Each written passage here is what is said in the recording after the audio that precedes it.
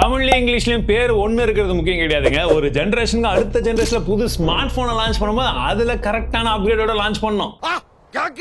அப்கிரேட கேக்குறீங்க, அப்கிரேடு அப்படின்னு சொல்லிட்டு இப்ப களத்துல குதிச்சிருக்காரு நம்ம எங்க அப்ப 20 ரூபா கொடு.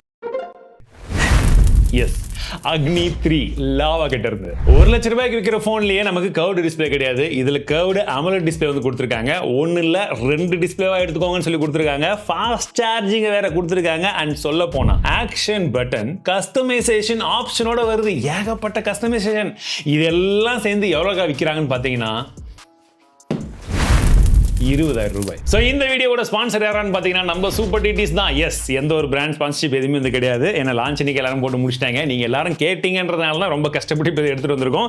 சரி, இந்த ஒன் டே யூசேஜ்ல இதுல என்னென்ன இருக்குன்றத பாக்கிறதுக்கு முன்னாடி ஃபர்ஸ்ட் குயிக்கான அன்பாக்சிங்க பார்த்துடலாம். பாக்ஸ்லயே வந்து பாத்தீங்கன்னா லாவா பிராண்டிங், பின்பக்கம் அதோட ஸ்பெசிஃபிகேஷன் எல்லாம் கொடுத்துருக்காங்க. அண்ட் ஃப்ரீ சர்வீஸ் அட் ஹோம்னு போட்டிருக்காங்க. இதை பத்தி தெளிவான ஒரு விஷயத்தை சொல்ல வேண்டியது இருக்கு, சொல்றேன். மேட் இன் இந்தியான்னு வந்து போட்டிருக்காங்க. அண்ட் இந்த சைட்ல பார்த்தாலும் மேனுஃபேக்சர்டு எல்லாமே வந்து இந்தியன் பிராண்ட் தான் வந்து போட்டிருக்கு. சரி, ஓகே. ஓபன் பண்ணி உள்ள பார்த்தா நமக்கு ஸ்மார்ட் போன் இருக்கு. இந்த ஸ்மார்ட் போன்ல ஒரு இன்ட்ரெஸ்டிங்கான ஒரு விஷயம் இருக்கு. அது என்னன்றதை சொல்றேன். கூடவே ஒரு டிபியூ கேஸ் கொடுத்திருக்காங்க. Type C to type C கான கேபிளும் கொடுத்திருக்காங்க. 66 வாட் கான சார்ஜரை பாக்ஸ்லயே கொடுத்திருக்காங்க. இதுலயும் ஒரு ட்விஸ்ட் இருக்கு. அது என்னன்றதுன்னு சொல்றேன். புக்லெட்ஸ் பிளஸ் சிம் எஜெக்டர் டூலுமே இருக்குங்க. ஃப்ரீ போன் ரீப்ளேஸ்மென்ட் போட்டிருக்காங்க. அதாவது ஒருவேளை நீங்க வாங்கின போன்ல ஹார்ட்வேர்ல ஏதாச்சும் மேனுஃபேக்சரிங் டிஃபெக்ட் நீங்க 1 இயர்க்குள்ள யூஸ் பண்ணும்போது ஏதாச்சும் வந்ததுன்னா அப்ப புது போனை ரீப்ளேஸ் பண்ணி தந்துருவாங்கன்னு சொல்றாங்க. ஒருவேளை அப்டேட்ல ஏதாச்சும் ஒன்று கொடுத்து அதில் கிரீன் ஸ்கிரீன், ப்ளூ ஸ்கிரீன், பட்டை, ரோடு, கொட்டை இதெல்லாம் ஏதாச்சும் வந்துருச்சுன்னா அதுக்கு ரீப்ளேஸ்மெண்ட் தருவாங்களா தெரியல, கேட்டு சொல்றேன். போனை கையில் எடுத்த உடனே தெரியும் இது ஒரு பெரிய போன். ஏன்னா கையில் பிடிக்கும் போது செம்ம ஹெவியா வந்து தெரியுது. பட் இன் ஃபீலை பொறுத்த வரைக்கும் பிரச்சனை கிடையாது. வெயிட் டிஸ்ட்ரிபியூஷனும் ஓரளவுக்கு வந்து மேனேஜ் பண்ணிருக்காங்க. அண்ட் உங்களுக்கு பிளாஸ்டிக் ஃப்ரேம் தான் வந்து கொடுத்துருக்காங்க. பட் பின் பக்கமா இருக்கிறது கிளாஸ் பிளஸ் மேட் ஃபினிஷிங் சொல்றாங்க. பட் வழுக்கிறதுக்கான வாய்ப்புகளும் இருக்கு. முன் பக்கமா பார்த்தா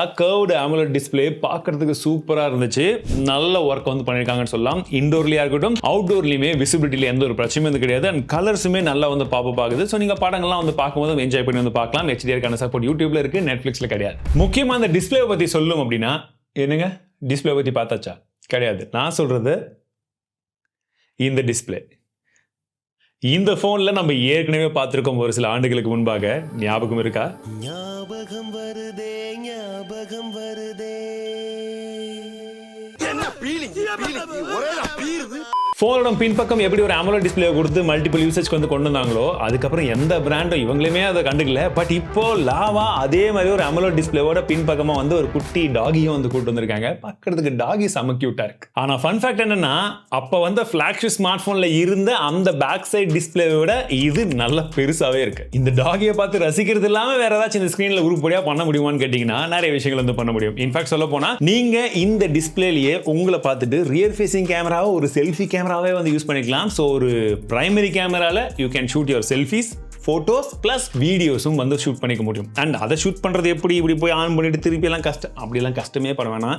டச் ஃபுல்லாகவே வந்து ஒர்க் ஆகுது. அப்படியும் இல்லாட்டி இந்த இடத்துல ஆக்ஷன் பட்டன் இருக்கு பாத்தீங்களா, அந்த டைம்ல நீங்க ஆக்ஷன் பட்டனை யூஸ் பண்ணியும் கண்ட்ரோல் பண்ணிக்கலாம். நோட்டிபிகேஷன் ரிசீவ் பண்றது என்ன ஏதுன்றதை நீங்க பாத்துக்க முடியும். கால்ஸ் வந்தாலும் அதே மாதிரி யார் பண்றாங்க என்னன்றதை பாத்துக்கலாம். அட்டனும் பண்ண முடியும், கட்டும் பண்ண முடியும். அண்ட் நீங்க சார்ஜிங் எல்லாம் போட்டீங்கன்னா அதோட அனிமேஷன் ஒருவேளை போன்ல இப்படி வந்து கீழ் பக்கமா பார்த்த மாதிரி வச்சிருக்கீங்கன்னா அதுவுமே அங்க ரொம்ப கியூட்டா வருது. அது கூடவே உங்களுக்கு ஒரு சில விஜெட்ஸும் வந்து கொடுத்துருக்காங்க. சின்ன சின்ன பேனல்ஸ் பாத்தீங்கன்னா எக்ஸாம்பிளுக்கு மியூசிக், ஃபிட்னஸ், ரெக்கார்டர், இல்லாட்டி வந்து நீங்க உங்களுடைய அலாரம் ஏதாச்சும் வைக்கிறீங்க, டைமர் வைக்கிறீங்க அப்படின்றது போல ஒரு சில சின்ன சின்ன விஜெட்ஸ் எல்லாம் வந்து கொடுத்துருக்காங்க. பட் எனக்கு ஒரே ஒரு விஷயம் கொஞ்சம் கம்மியா பட்டது என்னன்னு பாத்தீங்கன்னா, இந்த ஃபோல்டிங் ஸ்கிரீன்லாம் நம்ம யூஸ் பண்ணும்போது உங்களுக்கு மொத்த கண்ட்ரோல் சென்டர் எல்லாமே வந்து வரும். பட் இது அது இல்லாம வெறும் பிரைட்னஸ் மட்டும் அட்ஜஸ்ட் பண்ற மாதிரி வந்து கொடுத்துருக்காங்க. ஒருவேளை அந்த நோட்டிபிகேஷன் வைஃபை ஆன் பண்றது ஆஃப் பண்றது வந்திருந்தா இன்னுமே கூட நல்லா இருந்திருக்கும். கொஞ்சம் ஓவரா தான் ஆசைப்படுறோமோ, பட் பரவாயில்ல. இம்ப்ளிமெண்டேஷன் கொடுத்துருக்கிற வரைக்கும் நல்லாவே இருக்கு. அண்ட் லாவா இந்த அளவுக்கு இதை புல் பேக் பண்ணுவாங்கன்னு எதிர்பார்க்கல. நான் டிஸ்பிளே கொடுக்கறத விட அதோட ரெஸ்பான்ஸ்னஸும் நல்லாவே இருந்தது. பிளஸ் அவுட்டோர் விசிபிலிட்டியும் பரவாயில்லைங்க, யூஸ் பண்ற அளவுக்கு இருக்கு, பிரச்சனை இல்லை. ஃப்ரண்ட் ஸ்கிரீன்லயே நிறைய பேர் AOD வந்து கொடுக்கறது இல்ல, ஆல்வேஸ் ஆன் டிஸ்பிளேவா. பட் இவங்க ரியர்ல இருக்கக்கூடிய இந்த குட்டி டிஸ்பிளேக்கும் AOD கொடுத்துருக்காங்க.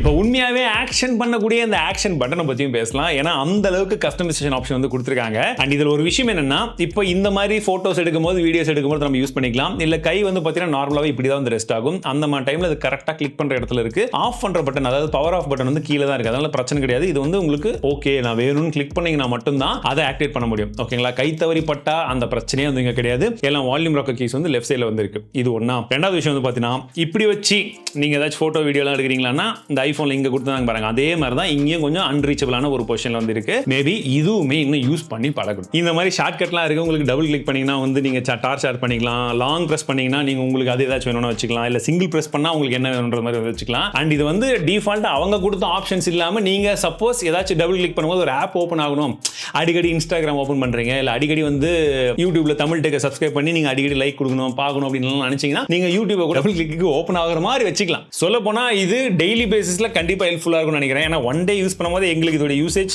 நல்லாவே இருந்தது. என்னடா இது லாவாவா இவ்வளவு பண்றான் நம்ப முடியலையே, அப்ப வேற எங்கேயாச்சும் ஒரு பெரிய ட்விஸ்ட் வச்சிருப்பான், எங்கேயோ வந்து பெரிய காம்ப்ரமைஸ் இருக்குன்னு தான் நானும் நினைச்சேன். அப்ப பெரிய காம்ப்ரமைஸ் கண்டிப்பா வந்து ப்ராசஸர்ல இருக்குமா அப்படின்னு சொல்லி எதிர்பார்க்கும் போது இதுல Dimensity 7300X என்ற ப்ராசஸர் வந்து கொடுத்திருக்காங்க. இந்த ப்ராசஸரை ரீசெண்டா தான் நம்ம மோட்டோல பார்த்தோம், அதுவும் அந்த ஃபோல்டிங்ல. ஞாபகம் இருக்கா? ஞாபகம் வந்துருச்சு, எனக்கு ஞாபகம் வந்துருச்சு. அப்பாடா.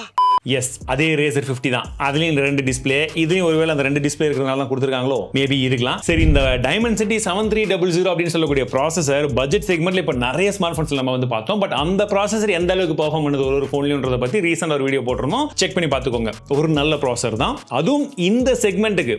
அதாவது இவங்க ரொம்ப ஓவரான பிரைசிங்ல அதை கொண்டு வந்து லான்ச் பண்ணாங்களானா அதான் கிடையாது. இந்த மொபைலுடைய பிரைசிங்ல இருக்கக்கூடிய மற்ற மொபைல்லையும் அதே ப்ராசஸர் தான் வந்து இருக்கு. ஸோ இதுல காம்ப்ரமைஸ் கிடையாது. சரி, ஓகே, அது பிரைசிங் வைஸா ஓகே. பெர்ஃபார்மன்ஸ் வைஸா சிந்தட்டிக் பெஞ்ச்மார்க் நாங்கள் ரன் பண்ணி பார்க்கும்போது எங்களுக்கு AnTuTu ஸ்கோர் வந்து பார்த்தீங்கன்னா அரௌண்ட் 6.5 lakh கிட்ட வந்தது. அவங்க கிளைம் பண்றது 7 லட்சத்துக்கு மேல வரும்னு சொல்றாங்க. பட் மற்ற பெஞ்ச்மார்க்லயும் வந்து பார்த்தீங்கன்னா ஓரளவுக்கு இதோட ஸ்கோர் வந்து பரவாயில்ல அப்படின்னு தான் சொல்லலாம். ஸோ நீங்க ரொம்ப ஹெவியா கேம்ஸ் எல்லாம் ப்ளே பண்றதுக்கு ப்ரிஃபர் பண்ணீங்கன்னா கண்டிப்பா இது கிடையாது. மாடரேட் கேமிங்கா கொஞ்சம் நீங்க லாங் டைம் விளையாடுறதுக்கு அந்த மாதிரிலாம் ஓகே, கர்வ்டு டிஸ்பிளேவோட சேர்த்து நீங்க பார்க்கும்போது. ஆனா ரேம் ஸ்டோரேஜ்லயுமே காம்ப்ரமைஸ் பண்ணாம LPDDR5 கான ரேம் டைப் UFS 3.1 கான ஸ்டோரேஜ் டைப்பை இவங்க கொடுத்திருக்காங்க. அதோடைய ஸ்கோர்ஸும் நல்லா வந்தது.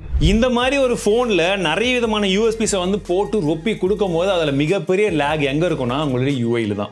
எக்ஸாம்பிளுக்கு சொல்ல போனீங்கன்னா இந்த டெக்னோ, இன்ஃபினிக்ஸ் இந்த போன்ஸ்லாம் ஆன் பேப்பர்ல பார்க்கும்போது அடே அப்பா என்னடா இவங்க எல்லா பிராண்டுக்கும் டக்கர் கொடுப்பாங்களே அப்படின்ற மாதிரி தான் தோணும். யூஸ் பண்ணும்போது ஒரு லேக், அந்த யூஐ வந்து அந்த அளவுக்கு ரிஃபைன் பண்ணாது, அந்த ஒரு ஃபீல் கண்டிப்பா இருந்துட்டே இருக்கும். இவங்க கிட்டயும் அது ரொம்ப நாளா இருந்தது லாவால. பட் நம்ம லாஸ்ட் டைமே அவங்களுக்கு நிறைய ஃபீட்பேக்ஸ் வந்து அந்த யூஐயை பத்தி சொல்லியிருந்தோம். அதை டேரக்டா சொல்ல வீடியோ மூலமா சொல்லியிருந்தேன் நம்ம எல்லாம் சேர்ந்து.